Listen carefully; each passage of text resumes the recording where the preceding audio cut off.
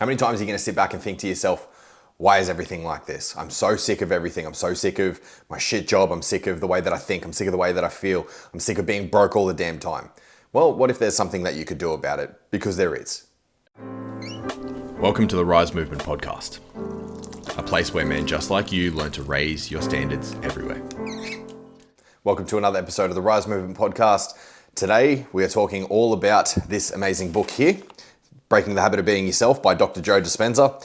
And the reason for that is I've just had a bit of a mental health break for myself. After that video that I put up on TikTok going pretty viral and getting loads of interaction, loads of people DMing me, hundreds of conversations that I've had over the last couple of weeks to months, it got quite overwhelming. So I needed some time to be able to reset and recalibrate a few things. I noticed that there was a hell of a lot of tension that I was putting into this stupid device, and I would much rather prefer putting in time into creating content, not consuming content, and not spending wasteful hours on social media. So that's what I did. I reset everything. And I thought to myself, I've just finished a book and it's time for me to dive into another one. And I thought, what a better time to jump in and to change my mind, change my mindset, change my energy and all these sorts of things than diving back into Joe's book of Breaking the Habit of Being Yourself. The reason why I like going back to books like this, Think and Grow Rich and stuff like that over and over, is because every time that I read the book, I'm a different man. You are always evolving and changing and transforming and stuff like that. So you change, but the book might stay the same, but what you get out of the book every single time is different. It's like that saying of no man steps in the same river twice, because it's not the same river and he's not the same man. When you go back to something, you're always going to pick up something new. That's one of my favorite things about going back to old podcast episodes or old books or something like that, to be able to revisit and see what information I missed out on last time. This time, I picked up a few different things. I'm going to be doing another podcast in the future talking a little bit more in depth about this, because I'm going to be starting another mastermind in the future where we're all going to be studying this great book here and doing all the practices and the meditations and hypnosis and stuff like that together, so that we can change our energy to change our life. Where do I want to start? So I think the first place that I'll start when it came to having my little break for mental health and stuff like that is I just got sick of what was going on. I was spending so much time on social media. I was spending so much time with hollow interactions and engagements and stuff like that. And not all of them were hollow, but a lot of them were really heart-wrenching and a lot of them were really painful to deal with as well. There was so many people that were trying to waste my time and that were accusing me of a whole heap of shit. I deleted and blocked a lot of people on TikTok thanks to all the messages they were giving me. But there was a lot of really heart-wrenching stories, and I got really caught up in a lot of people's problems, and I got caught up in, the frustrations of why the system is the way that it is, and that the system's out to get men, and it's just fucked. It's fucked is what it is. So I got sick of feeling in that plane of view. So I was like, I know how to do this, I know how to shift this, but I can't do it while I'm so focused on trying to create content all the time. I need to get myself back to a happy new medium of a higher standard, the Rise Movement, raise your standards everywhere. So I raise my standard for what I accept for myself. This is where my new standard is. So I meditate twice a day and I do a hypnosis session every day as well. I make sure that I set these things out so that when I wake up in the morning, I've got something affirming my mindset in the way that I want to be. In the middle of the day, I do a hypnosis session to be able to make sure that I'm focusing on transforming that energy as easily as possible. Thanks to this book, thanks to a few other things that I've done, plus my hypnosis training that I've been through, I know exactly how to reprogram my unconscious.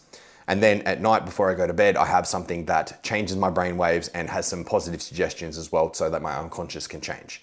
This is really fucking important because, I talk about Think and Grow Rich and, having a desire and having faith and all these different things, but it's really about transforming your subconscious. In the book, it talks about the subconscious in Think and Grow Rich. The reason why I'm pointing here, it's sitting on the desk in front of me as well.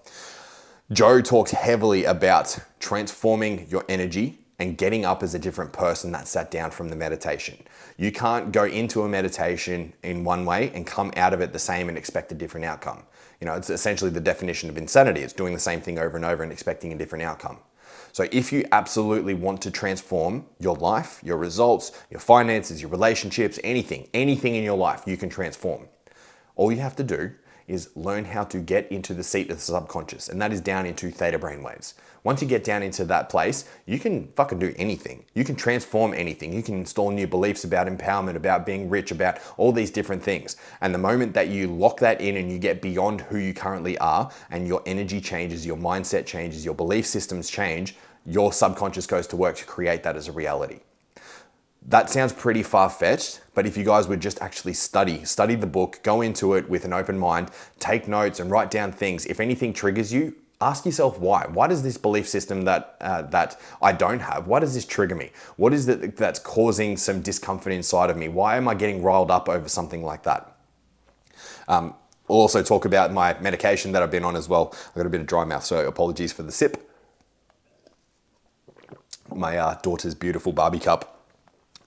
So when it comes to anything that's triggering you inside of the book, anything that triggers you in general in life, have a look at it. What is the purpose of this thing? Why is this triggering me? Is there a rigid belief structure that I'm holding on to? Is there something inside of that person that I am judging, or like I feel resentment towards them or something like that? Is there a bit of jealousy, a bit of envy going on? There's a lot for you to uncover if you just look at your triggers. And the big thing that you can do is you can take the trigger away. The moment that you uncover what are the positive benefits of having that trigger, you start to remove the power of the button. So if people come along and try to press your buttons all the time, you can remove that power literally as easy as that, as long as you actually do the work. Everything that we talk about when it comes to the Rise movement is about doing the work. You literally can't sit on your ass and expect things to change if you don't change. If you're not willing to put in the work, you're not going to get the results. So let's dive on to the next part. So I'm on 2 weeks today actually, of taking ADHD medication called Intuniv. I've been started at 1 milligram, but I'm up to 2 milligrams a day. And I feel fucking amazing. Only bad thing is there's a couple of side effects that I had to go through in the first 2 weeks. So dry mouth, constant dry mouth, like I'm constantly thirsty. There's no, like I said this in a TikTok yesterday, there's no cold beverage in the world that will quench the thirst that I have right now. Really frustrating to deal with, but it is what it is. The other bad things, I got the squirts, probably too much information, but it is what it is. Other side effects, horrible headaches, they were really bad. You'd take Panadol and nothing would change. No matter how much water you drank, the headache wouldn't go away either. Just random body aches and stiffness and pain and stuff like that. But some really cool things happened. So I don't know how this is working. I can't find any information on the internet either about why this works the way that it works or anything like that. But the big thing that I've found is I have access to memories and thoughts and emotions and different experiences and stuff like that from my past that I can look at it through a different lens a lot easier. Before, the way that my mind works, I'm pretty scatterbrained and I have to almost get myself into a hypnotic state to be able to do, any journaling. When it comes to journaling, I notice that I'm really distractible. It's like I'm really frantic and erratic and impulsive. So I'll be journaling and all of a sudden, my thoughts change around the thing that I'm trying to extrapolate on, and I'll get shiny object syndrome, or the kids will come in, or like I'm really distractible, which is something that I never knew that I was. I was always like, oh yeah, like I get it, shiny object syndrome. I love dopamine, everyone does. And I never understood until I took this week of journaling and meditation and stuff like that to figure out how actually impulsive I actually am, which is interesting. But this medication, all of a sudden, it's allowed me space. It's allowed me time to be able to rationalize my thoughts, to be able to explore and get into, like meditative states like alpha brainwaves, theta brainwaves, so that I can actually do some solid work on my subconscious, which is really fucking cool. Memories are popping up. I had this memory pop up of an ex-girlfriend where we used to do these weird like Ouija boards and Satanic Bible and stuff like that, and try and talk to spirits as you do when you're a 17-year-old and you're bored. And we had these weird paranormal experiences that happened that I haven't thought of these in like 15 years. We broke up a long time ago, broke up when I was 18. I'm 34 now. And so all of a sudden there's space for these things to come up and for me to sit with. I don't know if I'm healing something. I don't know if I'm integrating something, but there's thoughts and, powerful emotions tied up in my nervous system that are presenting itself for me to be able to uncouple and to integrate, which I love. That's fucking amazing. It means my journaling becomes so much easier. My contemplation becomes easier. And the fact that I keep saying this, getting into a hypnotic state as someone with an ADHD mind or neurodivergent mind, it's really challenging to do. Like, it takes me a long time usually to get down there. But all of a sudden, it's like I can click my fingers and I'm into this beautiful hypnotic state, in this beautiful meditative state. Like, that is such a gift for me. And if you've got neurodivergences, if you're ADHD or anything like that, maybe it's something that you need to look into as well, because everyone can be hypnotized, everyone can meditate. It's literally a state that you go into twice a day when you are waking up in the morning and your eyes are still closed, but you can hear the world around you, you can hear the birds chirping, or maybe the kids are running around or something like that. That is you in a hypnosis state. That is you in a meditative state. It's called theta brainwaves. Same thing happens before you go to bed. So as you're starting to nod off, your eyes are closed, you can hear the TV on, you can hear that JD's doing whatever he's doing in Scrubs, and you think to yourself, oh yeah, that's pretty funny. And then all of a sudden it's zonked out and you're into sleep. That's what theta brainwaves is. That's what the state of hypnosis and meditation is. So we've all been there. We can all get there. However, you have to be able to get into there in a voluntary way. And with a neurodivergent mind, that can be interesting. That can be quite challenging. A lot of the time, because I know my mind doesn't shut the fuck up, I have to focus really hard on my breathing. I have to do lots of counting, and I have to get myself into, like, it takes, between 12 and 20 minutes for me to get into a relaxing enough state so that I can feel it's almost like a click happens. It's like turning a light switch on and off. All of a sudden I flick the switch and it's like, oh cool, I'm here. Whereas now I'd take a couple of breaths and I can really start to calm myself down, which is cool, which is really fucking cool. So another reason why I'm talking about meditation and hypnosis so much on this podcast episode is because, I don't know if you saw if you're on YouTube, but on the computer next to me, I was finishing rendering up a hypnosis video, because I did one based around abundance and, being the right person for the right job and getting the right eyes on you and exciting experiences and stuff like that opening up to you, which is really cool. It's really fucking cool. I did it earlier before and it was a really profound and beautiful, relaxing experience.